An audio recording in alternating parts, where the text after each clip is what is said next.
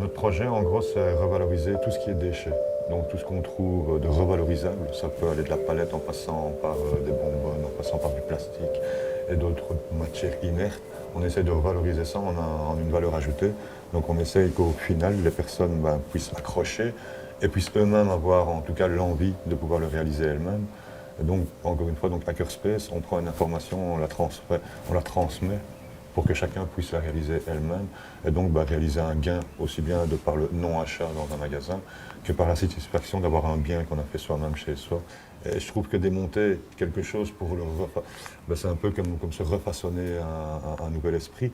Et donc moi je trouve que la palette, on peut la détruire, mais on peut aussi bien la revaloriser par des bancs, tables, sièges, n'importe quoi.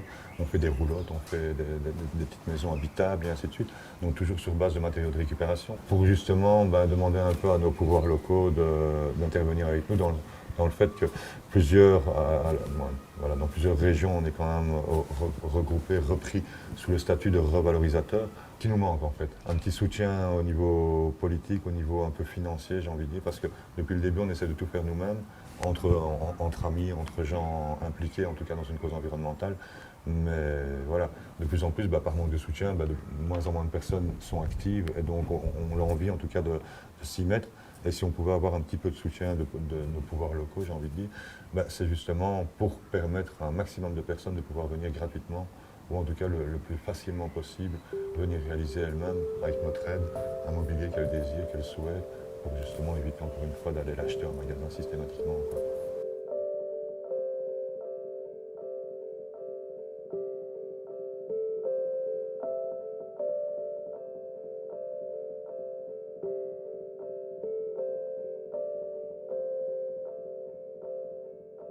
Même nos politiciens, encore une fois, ne s'engagent pas réellement dans le projet zéro carbone, zéro déchet.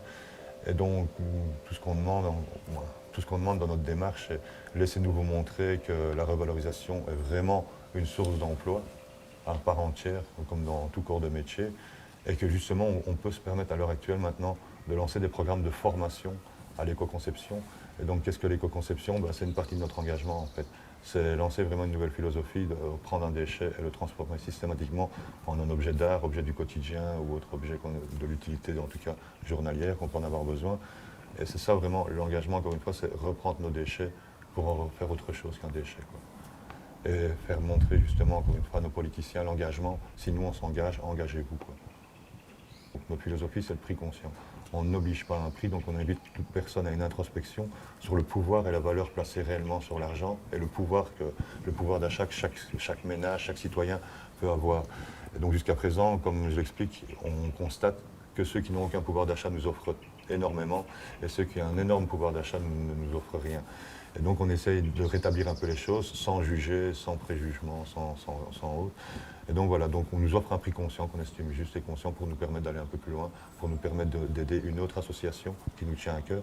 Donc chaque budget que l'association a, on ne la garde pas, au contraire directement, elle va refinancer une autre association ou un autre projet en tout cas associatif qui nous tient à cœur. Et on essaie encore une fois de faire avancer le schmilblick, donc s'impliquer, s'appliquer de mieux en mieux, quoi, à changer le demain.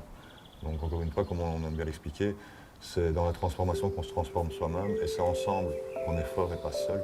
Donc ensemble, on peut encore une fois arriver à changer les choses que seul, on n'arrive pas à grand-chose.